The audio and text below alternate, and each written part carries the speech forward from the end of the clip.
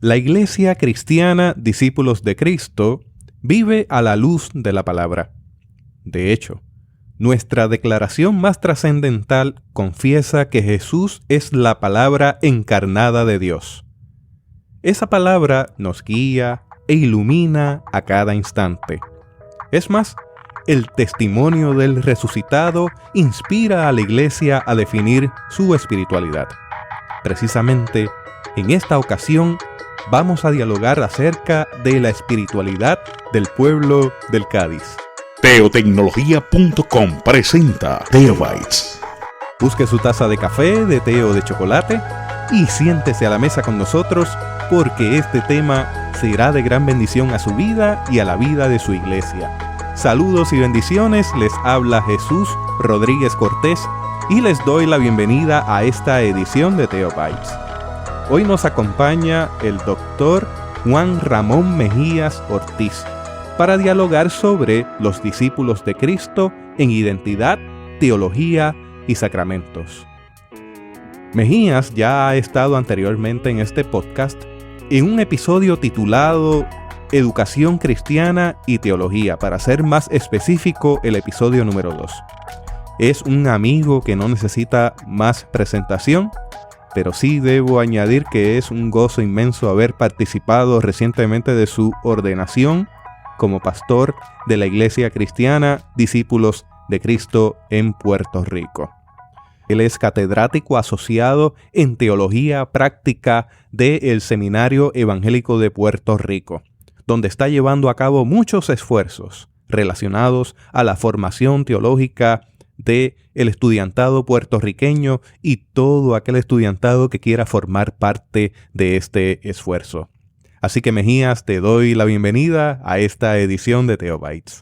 Que la paz y la gracia de Dios les llenen de manera especial. Para mí es un privilegio estar aquí contigo, con la gente que nos escucha, en esta edición donde vamos a hablar de un tema que me apasiona y que he dedicado los últimos 2 años a estar investigando acerca de la Iglesia Cristiana de Discípulos de Cristo, sus matices históricas, sus matices teológicos, y aunque nosotros no nos gusta utilizar la palabra sacramento, nos gusta utilizar más la palabra ordenanza, he querido en este momento utilizar ese vínculo del sacramento, porque la identidad nos va a llevar a nosotros a entender quiénes somos.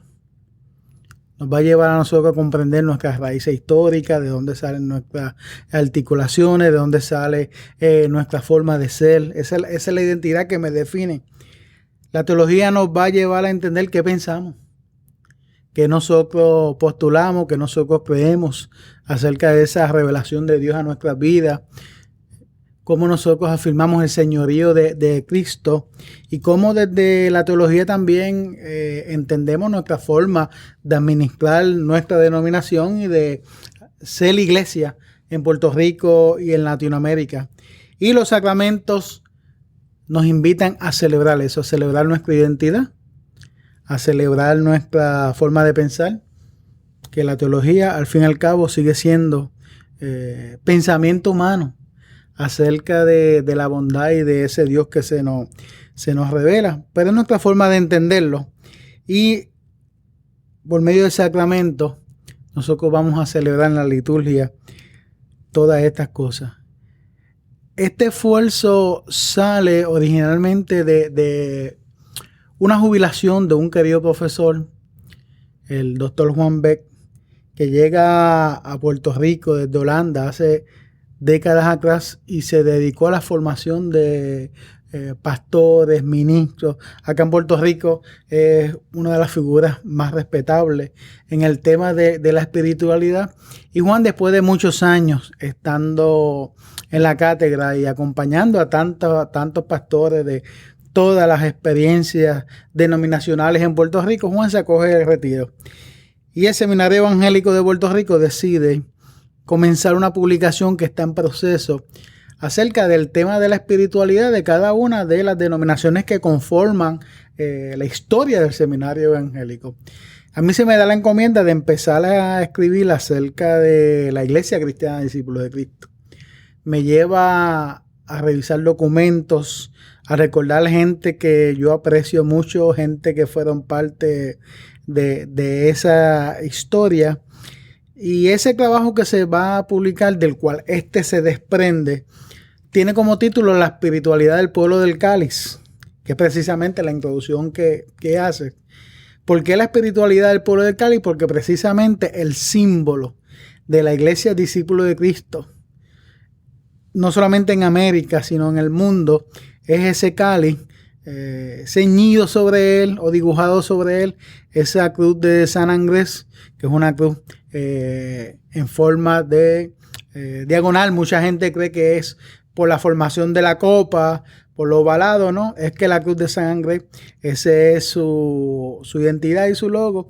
Y eso nos hace recordar a nosotros las raíces escocesas, especialmente de la formación de la iglesia de discípulos de Cristo en su comienzo. Así que a partir de esa realidad, de una celebración de la jubilación de Don Juan, nos llevó a nosotros a estudiar la identidad, la teología y los sacramentos de la iglesia. Eso nos llevaría entonces a hablar del contexto histórico, desde el siglo XIX hasta el día de hoy. Háblanos un poco sobre eso. Es muy interesante que la iglesia de discípulos de Cristo surge como un movimiento basado en dos figuras emblemáticas en los Estados Unidos, especialmente al principio del siglo XIX, entre 1800 y 1803, va a surgir la figura de un pastor presbiteriano llamado Barton Stone. Barton Stone comienza a tener en su vida un acercamiento a la diversidad denominacional dentro del cuerpo de Cristo. Él fue bautizado en la iglesia de Inglaterra. Más adelante compartió con bautistas y metodistas. De hecho, estudió en la prestigiosa academia de Caldwell. Y allí, cercano a la iglesia presbiteriana, perteneciente a la iglesia presbiteriana, estando en la academia, en ese proceso de formación, Barton Stone va a descubrir unas inquietudes teológicas que tiene. Particularmente comienza a tener una diferenciación con lo que postulaba la iglesia en ese momento, la iglesia presbiteriana, y comienza a cuestionarse algunos de las doctrinas fundamentales de la iglesia, como lo es la predestinación, como lo es otras áreas de interpretación teológica, el concepto de la depravación total del ser humano y la idea de adscribir su creencia a una articulación o a un libro de confesiones, que en este caso la iglesia presbiteriana pues utiliza la confesión de Westminster. En medio de sus estudios ocurren dos momentos muy particulares, y es que estando en la Academia Caldwell, un compañero le insiste a escuchar el mensaje de un pastor presbiteriano, James McGrady, y ese sermón a Barton Stone lo confrontó. Sin embargo, Stone tenía serias discrepancias ya desde su formación con esta forma de entender, esta forma teológica de la iglesia presbiteriana. Luego, un año más tarde, a la academia llega un predicador que lo cautivó. Y el predicador William Hope, porque William Hope predicó acerca del alcance del amor de Dios, acerca del Dios sanador, del Dios transformador. No hizo matiz en el Dios castigador, ni en el juicio inminente de Dios, ni en los horrores del infierno, sino que cautivó a la audiencia hablando de ese amor transformador de Dios. De manera tal que cuando leemos la autobiografía de Stone, Stone alega que esa noche él se convirtió. Que esa noche él entregó su vida al Señor, pero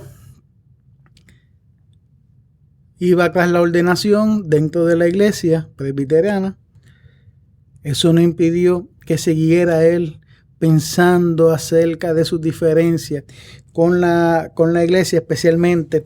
Ya él tenía problemas con aceptar un documento confesional, ya que al momento ya él entendía que no había otro documento que no fuera la Biblia. Sin embargo, ocurrió su ordenación el 4 de octubre de 1798. Fíjate, ya estamos llegando casi al siglo XIX.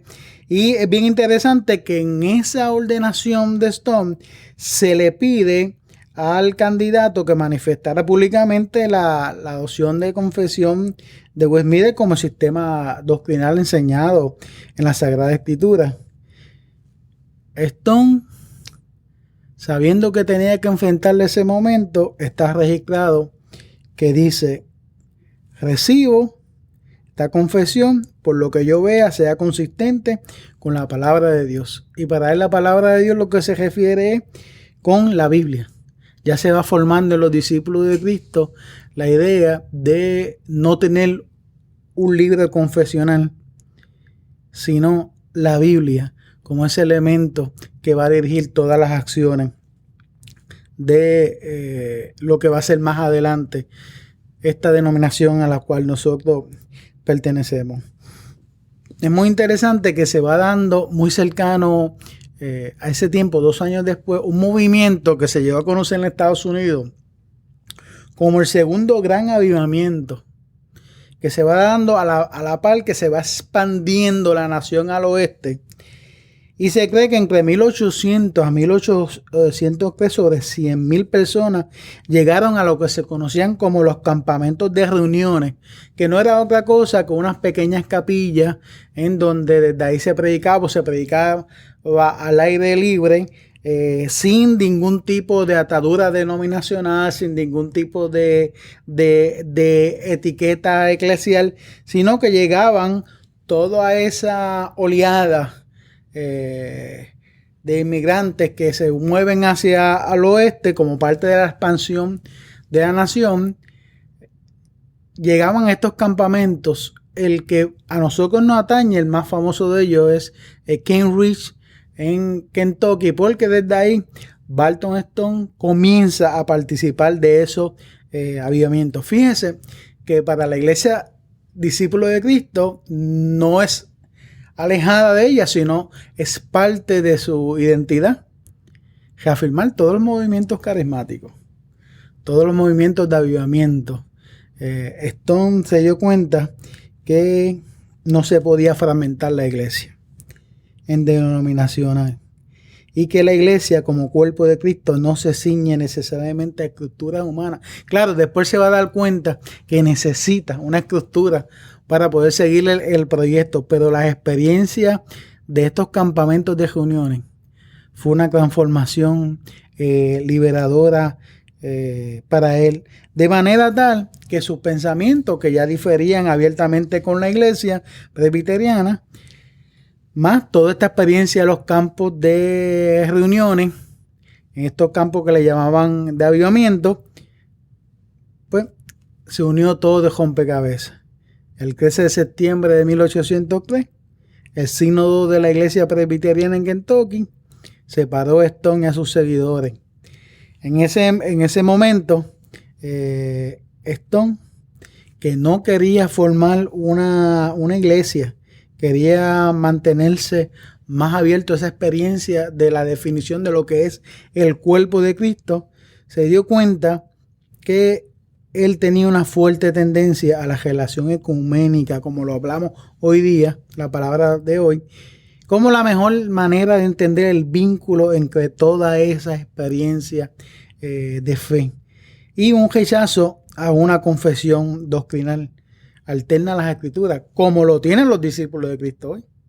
Ya se va dando ese matiz de la Biblia como la única fuente de autoridad.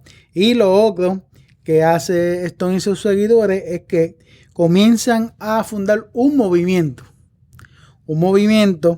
que comenzó a buscar un nombre que los caracterizara, yendo hacia el libro de Hechos, específicamente Hechos 11:26, allí donde nos dicen que por primera vez en la iglesia de Antioquía se le llamaron a los seguidores de Jesús, que antes le decían a los del camino, se le llamaron cristianos. Pues Stone entendía que el mejor nombre para describir su movimiento era el de los cristianos. Y desde allí comenzó a tejer esa relación del ecumenismo. Y el ecumenismo está anclado en las raíces de la iglesia cristiana, discípulo de Cristo. El ecumenismo no es otra cosa que la afirmación de nosotros ser parte del pueblo de Dios. Como parte de ese pueblo de Dios, hay gente que piensa como yo, hay gente que piensa distinto a nosotros. Dios les ama, Dios se manifiesta, son parte de ese cuerpo que es mayor a la iglesia cristiana, discípulo de Cristo. A veces pareciera que hay personas que piensan que la palabra ecumenismo es algo que en realidad no debe ser parte de la iglesia. ¿Qué nos dice sobre eso? Mira, para Stone era bien claro, y toda esa generación de Robert Marshall, Richard McNeman, esa idea de verse y de descubrirse desde el espejo de la iglesia universal, no solamente esa iglesia universal, sino ese cuerpo místico de Cristo que nos une, no solamente con la gente que convive alrededor nuestro, sino con todos esos creyentes que ya han partido con el Señor. También nos une con los que han de venir en el futuro. Nos descubrimos ante la realidad de la diversidad, pero a la misma vez ante el reconocimiento del señorío de Cristo. Eso fue lo que aprendió la iglesia en Puerto Rico. La iglesia en Puerto Rico, cuando comienzan a llegar todos esos misioneros producto de la invasión norteamericana a nuestra isla en 1898, tuvieron que hacer gestiones ecuménicas, tuvieron que trabajar organizaciones que unieran a la iglesia en ese esfuerzo evangelístico. Por lo tanto, aquí en Puerto Rico, aún la iglesia apenas naciendo, la iglesia forjó instituciones ecuménicas. Se creó la Federación de Iglesias en Puerto Rico en el 1905. Se reorganizó lo que se llamaba la Unión Evangélica de Puerto Rico, donde se concretó un apoyo oficial a una publicación que existió y es un recurso valioso en la historia de el sector evangélico protestante aquí en Puerto Rico, que se llamaba el Puerto Rico Evangélico, y la institución que nos alberga hoy, el Seminario Evangélico de Puerto Rico, que se funda y nace ese 16 de septiembre de 1919, no es otra cosa que el esfuerzo de las denominaciones metodistas, discípulos de Cristo, presbiteriana, evangélica unida, que se unen, bautistas que se unen para forjar esta institución que próximamente va a cumplir 100 años.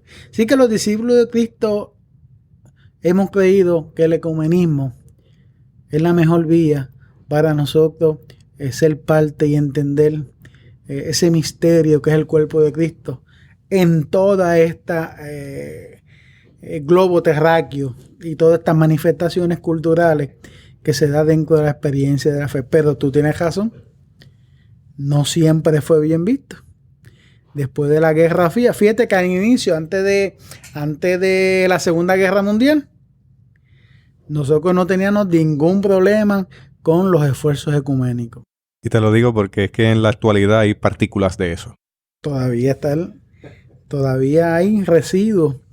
Y a partir de la Segunda Guerra Mundial, que se da el evento del bloque soviético, el bloque estadounidense, aquella guerra fría, especialmente lo que se llamaba el macartismo. Joseph McCarthy quería perseguir a todo lo que fuera comunista, pues llevó a la iglesia a ver todo lo que fuese distinto a los estadounidenses como algo sospechoso, y una de esas cosas era el ecumenismo.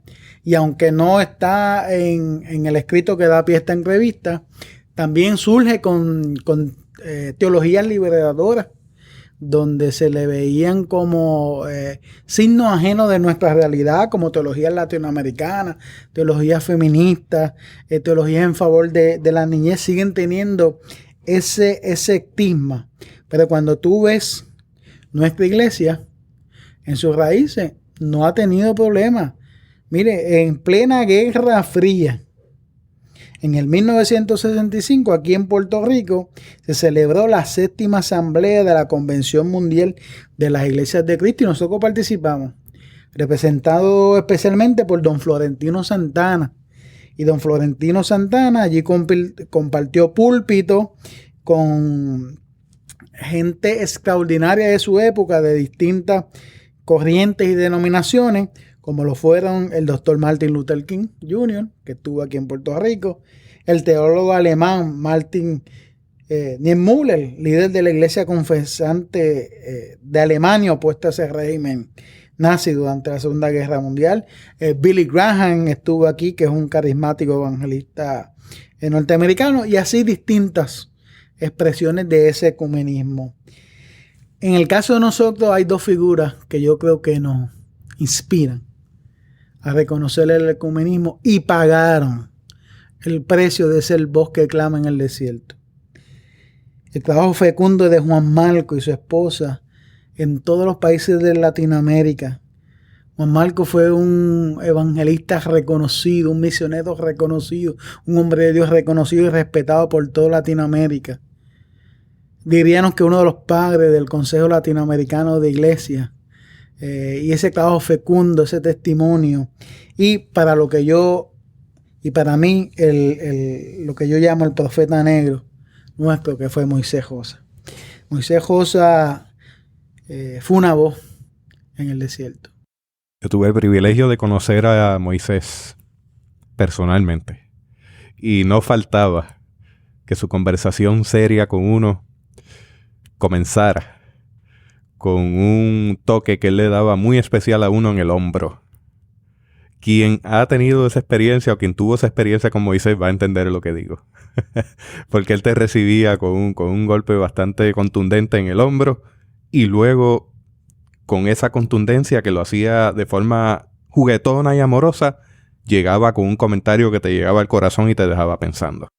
Pues Moisés se convirtió en esa voz de conciencia que llamaba a favor de los, en plena Guerra Fría, a favor de los pobres, a favor de los desvalidos, a favor de todas las estructuras, incluyendo las estructuras políticas que enajenan y mancillan. A mí me encantan unas palabras que el fenecido reverendo Lucas Torres escribió acerca de Moisés, y es que su discurso hacía derribar ídolos, denunciar el mal y florecer el anuncio de restauración y buenas nuevas. Moisés pagó el precio. Sería bueno en otro momento hablar de ese misterio fructífero de Moisés. Pero Moisés no es el único. A partir de la llegada del siglo XXI, a mí me parece que el trabajo del licenciado Ángel Luis Rivera Agosto, desde la silla que ocupó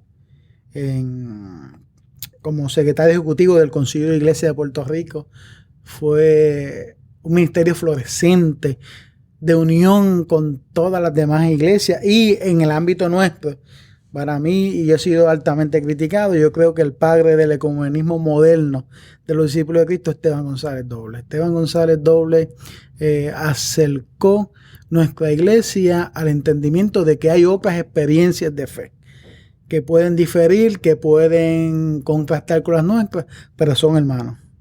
Esteban y Ángel Luis nos acercaron al sector pentecostal, nos acercaron al sector católico, nos reafirmaron con nuestros hermanos metodistas, bautistas, evangélicas unidas, con iglesias independientes, y esos somos los discípulos de Cristo. Los discípulos de Cristo somos ecuménicos, aunque todavía tenga una pizca de ese malcartismo que la gente mira con sospecha, pero no es otra cosa que lo que hizo Jesús. Porque el ecumenismo incluye y reconoce el espacio del otro. Y que a pesar de todo de nuestras afirmaciones, nosotros no somos el ombligo del mundo, ni el centro del cristianismo. Nosotros estamos tratando, igual que otras expresiones de fe, serle fiel a Dios. Un comentario personal al que respondo yo, Jesús Rodríguez Cortés. He notado este creciente asunto de enfocar más en las diferencias que en las cosas que nos unen. No solamente en la vida real, sino en las redes. Hay que ver las redes. Y yo creo que en medio de todo este tiempo turbulento, social, económico, político, podemos seguir caminando juntos, a pesar de nuestras diferencias, porque son más las cosas que nos unen que las que nos separan. Y ahí está la voz de Florentino Santana en 1965. Ahí está la voz en los 70 de Moisés Rosa. Ahí está la voz de Juan Marco por toda Latinoamérica, de Carmelo Álvarez por toda Latinoamérica y ahora con los hispanos en Estados Unidos. Ahí tenemos la voz de Ángel Luis, ahí tenemos la voz de Esteban González Doble, y esa voz va a seguir llegando a esto, donde nos va a entender que la iglesia es una.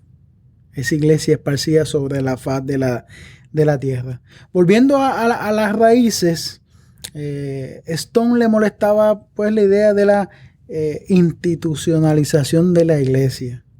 De hecho, se opuso a hacer una iglesia, pero una vez se separa de la iglesia presbiteriana, no tuvo más remedio que junto a otros líderes formar un presbiterio independiente, y así nació el presbiterio de Springfield, Cambridge en Kentucky, que creció rápidamente, floreció, y ante ese crecimiento y ante ese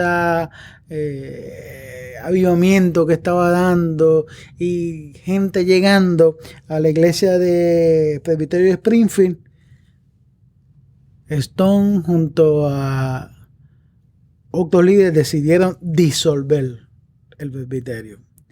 Pero es bien interesante que antes de disolver ese presbiterio, publicaron las razones que justifican por qué ellos tomaron esta decisión. Y ese documento es uno de los documentos iniciales que ha incidido en nuestra forma, en nuestra identidad, que se llamó La Última Voluntad y Testamento del Presbiterio de Springfield, que en resumen lo que va a declarar es que no hay otra autoridad en la iglesia que no sea la palabra de Dios, el derecho de las iglesias locales a seleccionar sus pastores y sus candidatos, ya caminando hacia lo que va a ser un pilar de nuestra administración.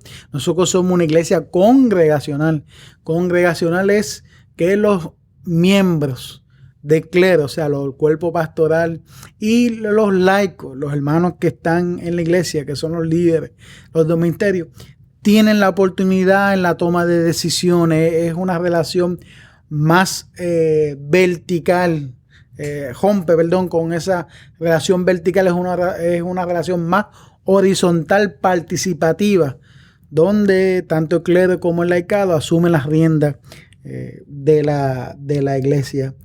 Y esa idea de que la autoridad suprema de la Sagrada Escritura sobre cualquier documento, llámese credo, llámese libro de confesión, en el caso de nosotros que algunos se equivocan, llámese constitución, no hay nada superior a la palabra del Señor. Bien interesante que algunos años después, especialmente 3 años después de ese rompimiento, de esa disolución de este presbiterio en Springfield, llega a los Estados Unidos reverendo Thomas Campbell, un inmigrante escocés-irlandés que, abrumado por la fragmentación de la iglesia presbiteriana en Escocia y en Irlanda, llega a América con la esperanza de reformar la iglesia bajo los aires de libertad que se estaba dando en el crecimiento acá en los Estados Unidos. Pero siendo pastor de un presbiterio, especialmente de Chartres, en el oeste de Pensilvania, le pasó exactamente igual que a Stone. Comenzó Thomas Campbell a tener públicamente serios desacuerdos teológicos con la iglesia presbiteriana. Tanto que unos meses a unos meses de esa llegada, se ha intensificado esa controversia. Lo llaman para confrontarlo y él escribe un documento que se llamó Razones para protestar y apelar, presentado ante el Sínodo de Filadelfia. Y este documento tiene unos matices muy importantes a lo que nosotros afirmamos hoy. Número 1, aceptó públicamente que la Biblia es la base para sostener las creencias y prácticas, y defendió la tesis de que la unión de todos los cristianos debe descansar únicamente en la autoridad de la Sagrada Escritura. Ya tú te estás dando cuenta que sin converger ambos movimientos comienzan a coincidir en una ruptura con de tener un libro de confesión alterno a la Escritura. Van a conceder en una ruptura con la iglesia presbiteriana. De ahí ese símbolo de la cruz de San Andrés virada, porque va a acentuar esas raíces escocesas especialmente de la línea de los Campbell.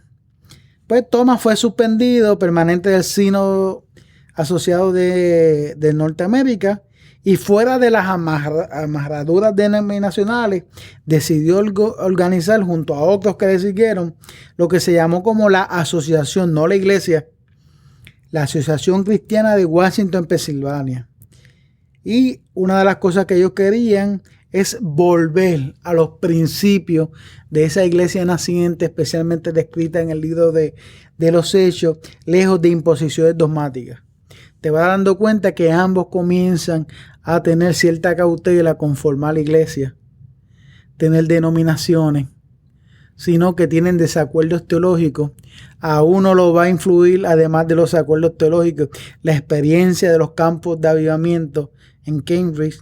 A otro el deseo de renovar toda esa vida eclesial, y ambos van a tener que darse cuenta que aunque tienen razón, también es necesario la Escritura para echar adelante todos los esfuerzos misioneros, todas las capacidades proféticas de la iglesia y todo el servicio al pueblo.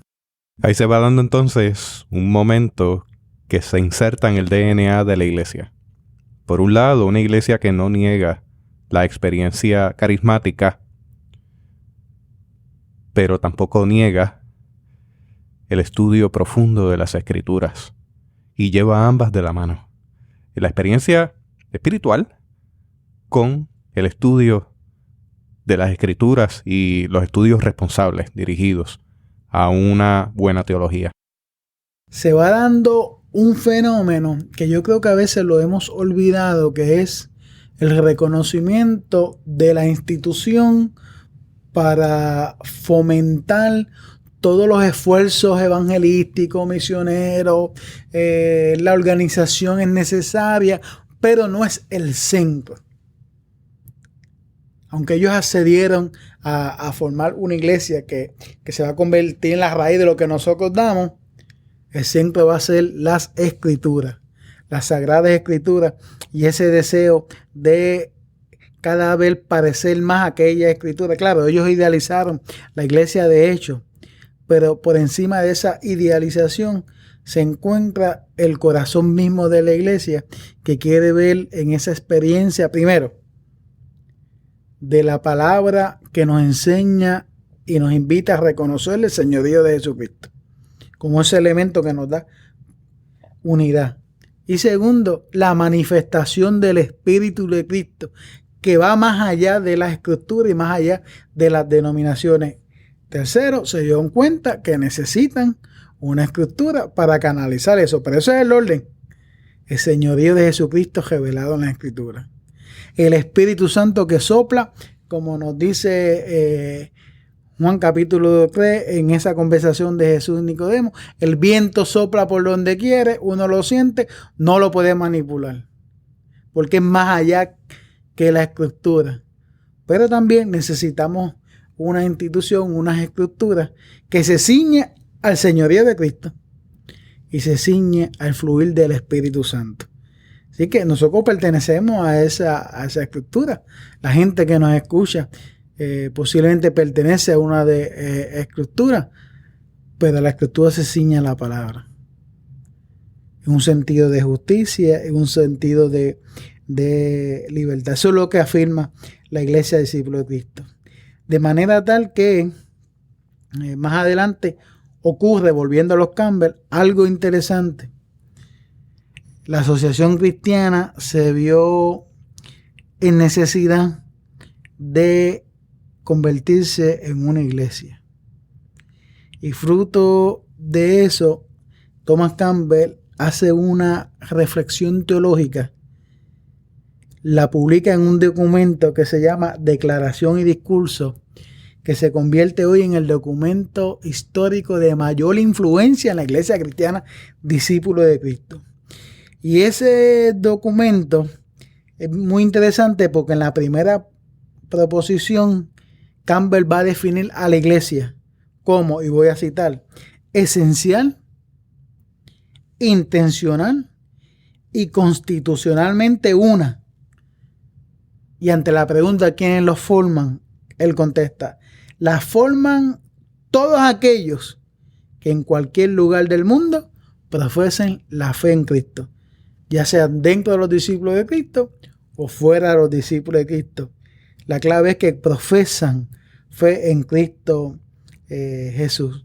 Y postulaba que los creyentes, mediante el acto de sumergirse, o sea, en el bautismo, pues nosotros creemos en el bautismo por inmersión, y ese acto sacramental tiene una carga significativa teológica, y es que nos une a todo ese cuerpo de Cristo. Ese cuerpo de Cristo esparcido por toda la faz, que une a todos aquellos que profesan en su señorío. Así que la espiritualidad de los discípulos de Cristo es una bíblica.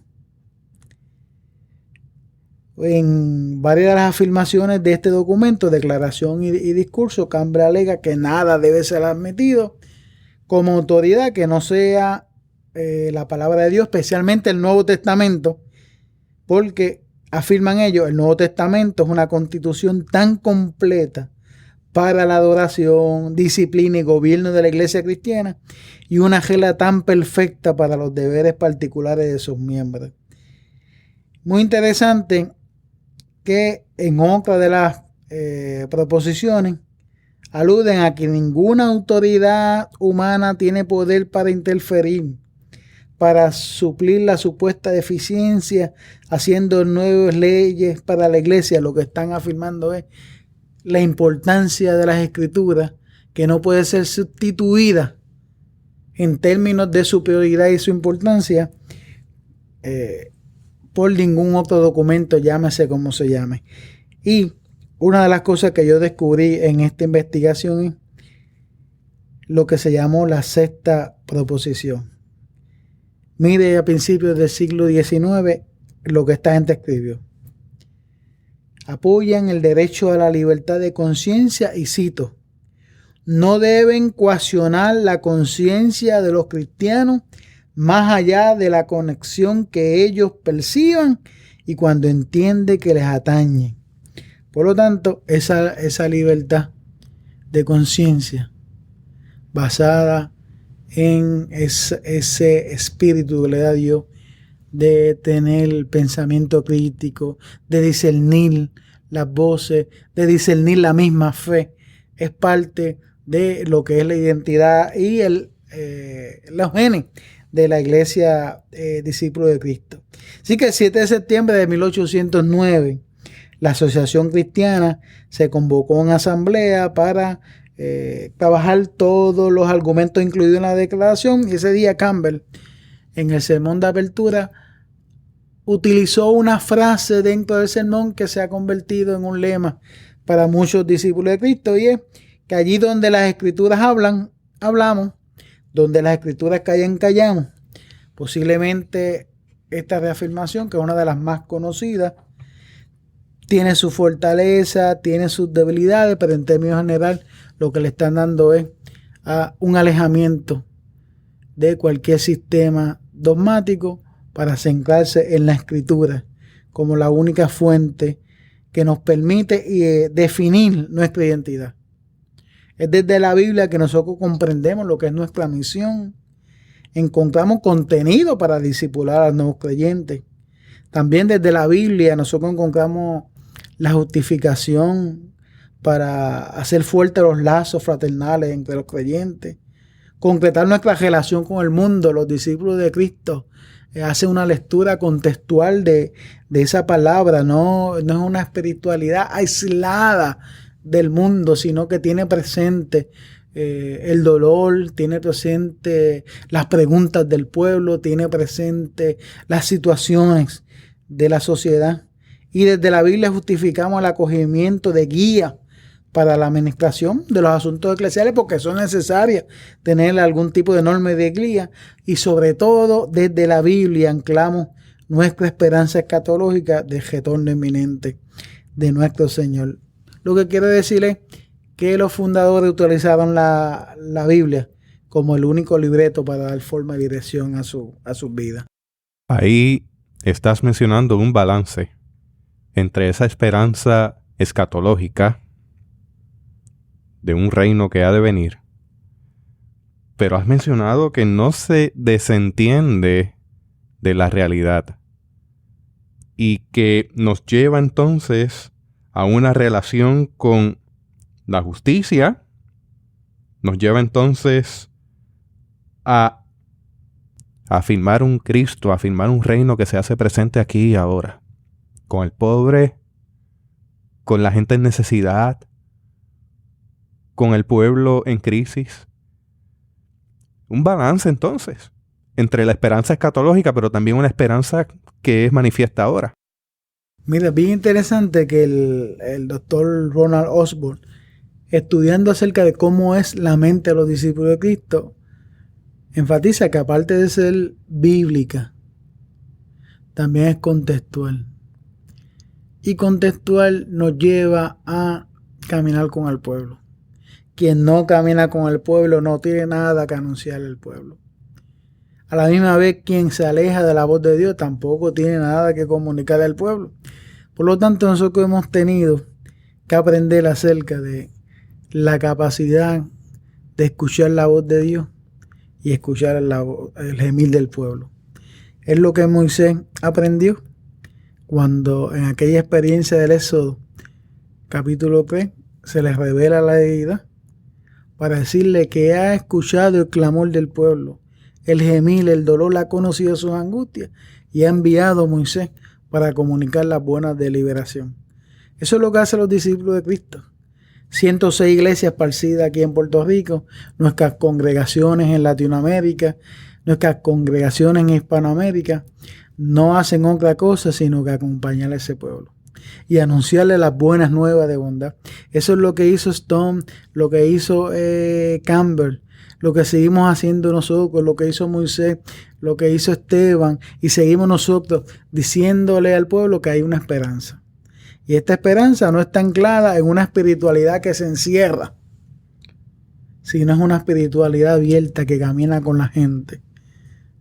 Es una espiritualidad que se centra, es contextual.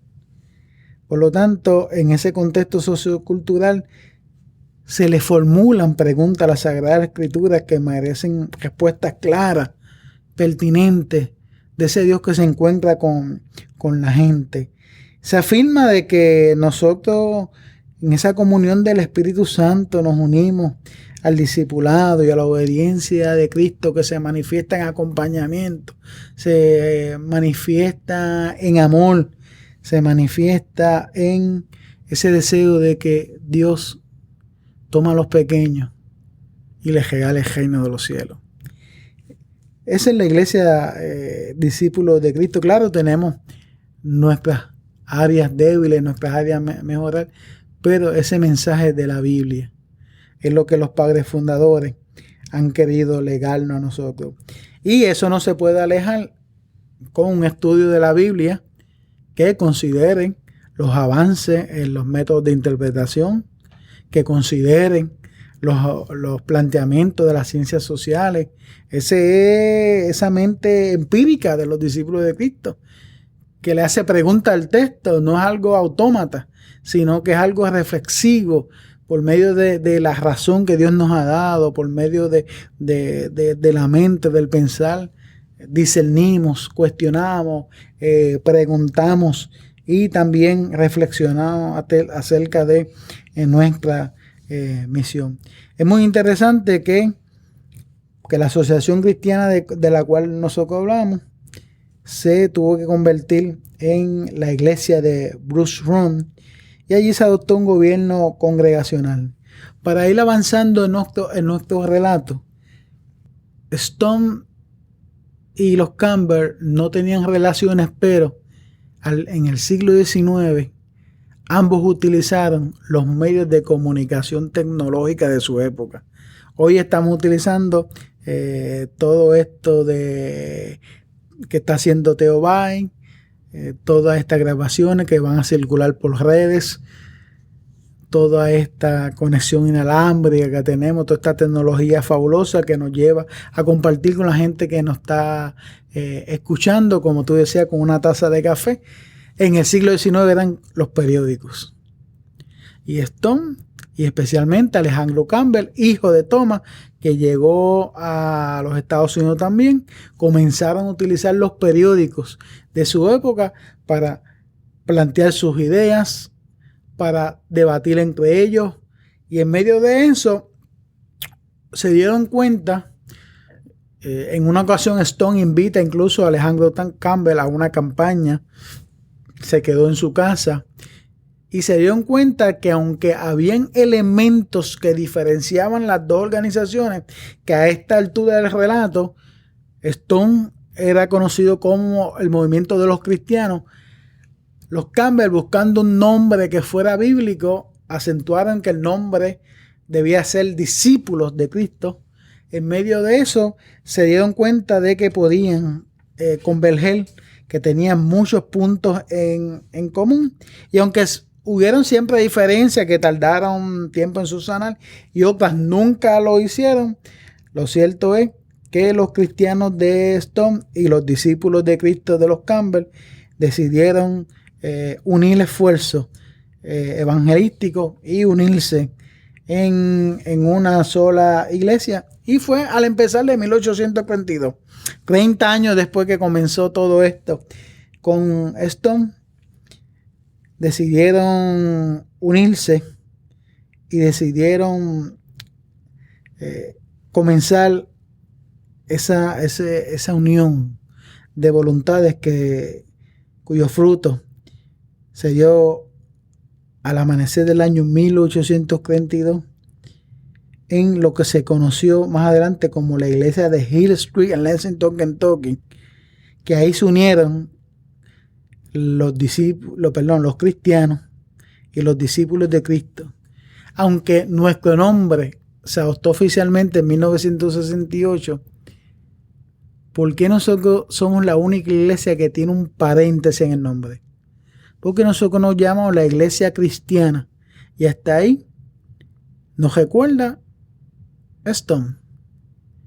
Paréntesis, discípulos de Cristo, ahí están los Campbell. Y en medio de esas dos fusión surge lo que hoy se conoce como la iglesia cristiana discípulo de Cristo. Así que los discípulos de Cristo,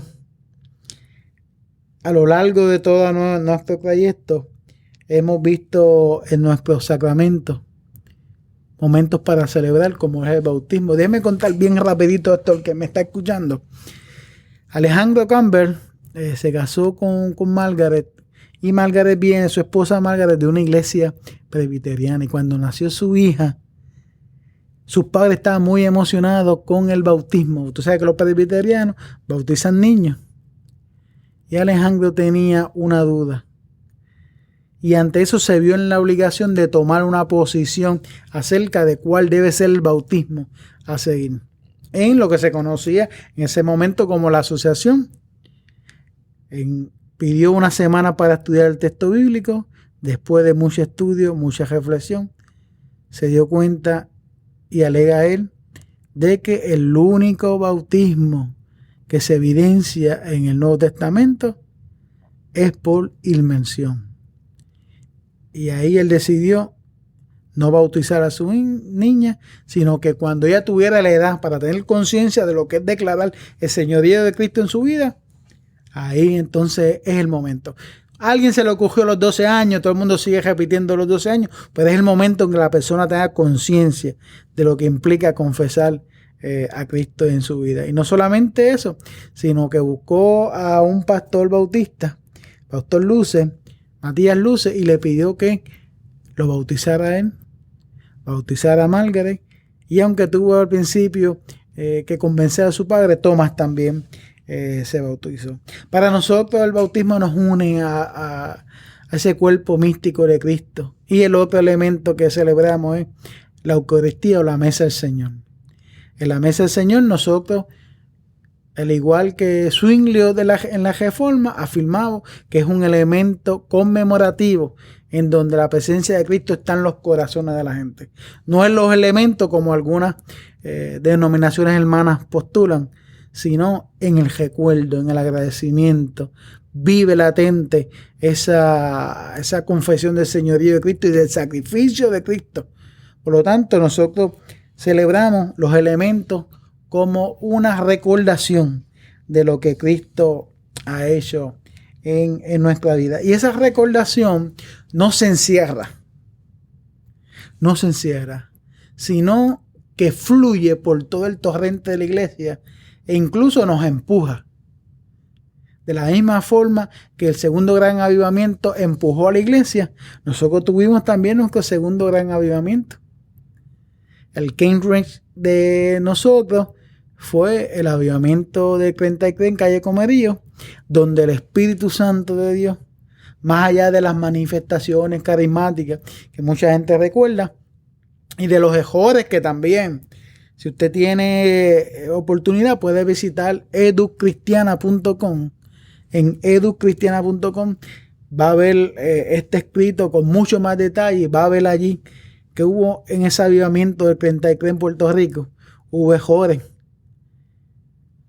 hubo exceso, hubo cosas que no deberían haber sucedido, pero lo cierto es que el Espíritu Santo entró al corazón de la iglesia y más allá de los dones carismáticos que siempre nos van a llamar la atención, empujó a la iglesia a llenarse de ese soplo de espíritu y llegar por todas las comunidades, por todas las aldeas, por todo ese servicio comunitario, diciéndole a los pobres de este país, a las barriadas de este país, que la gracia de Dios irrumpe en favor con buenas nuevas a todos los pobres. Por lo tanto, la celebración eucarística para nosotros es profética. Anuncia la obra de Cristo en nosotros y por medio de su Espíritu nos empuja hacia afuera. Por lo tanto, nosotros no nos podemos encejar en nosotros. Nuestra liturgia es, desde mi opinión, abierta porque se completa ¿dónde? Se completa en las calles, con los pobres, se completa en esa voz profética donde la iglesia levanta el caído y habla por el que no tiene voz. Esa voz profética de la iglesia discípulo de Cristo resuena desde su principio. Mire, cuando la iglesia discípulo de Cristo llegó a Puerto Rico, no fundó iglesias ni congregaciones locales. Lo primero que fundó fue un orfanato y una escuela de niñas en el 1900. O sea que en el 1900 se le dio, asumió el liderazgo de la educación de la mujer, que hace 117 años eso era casi una herejía. Luego, en el 1906, ese orfanatorio para varones. También está el trabajo profético del doctor William Alton, que llegó por todos los barrios, especialmente de Bayamón, cuidado médico. Por lo tanto, nuestras celebraciones sacramentales no culminan en el acto. Apenas comienzan en el acto, porque se da en la voz profética de los discípulos de Cristo, que jeta los poderes de opresión, de la ignorancia, la mortandad y anuncia la esperanza en Cristo en una acción solidaria. Mira, eso es lo que hizo Juan Marcos por toda Latinoamérica. El reverendo Luis del Pilar en Latinoamérica. Eso es lo que sigue haciendo Carmelo Álvarez. Eso es lo que hace cada pastora, cada pastor. Esta iglesia es tan profética que Fue de las primeras iglesias en ordenar mujeres al santo ministerio. Eso es lo que hizo Moisés desde sus púlpitos y de sus escenarios. Eso es lo que hace la iglesia. Ciertamente esa voz a veces está más fuerte. Ciertamente esa voz a veces parece que va a menguar, pero siempre busca nuevos encauces.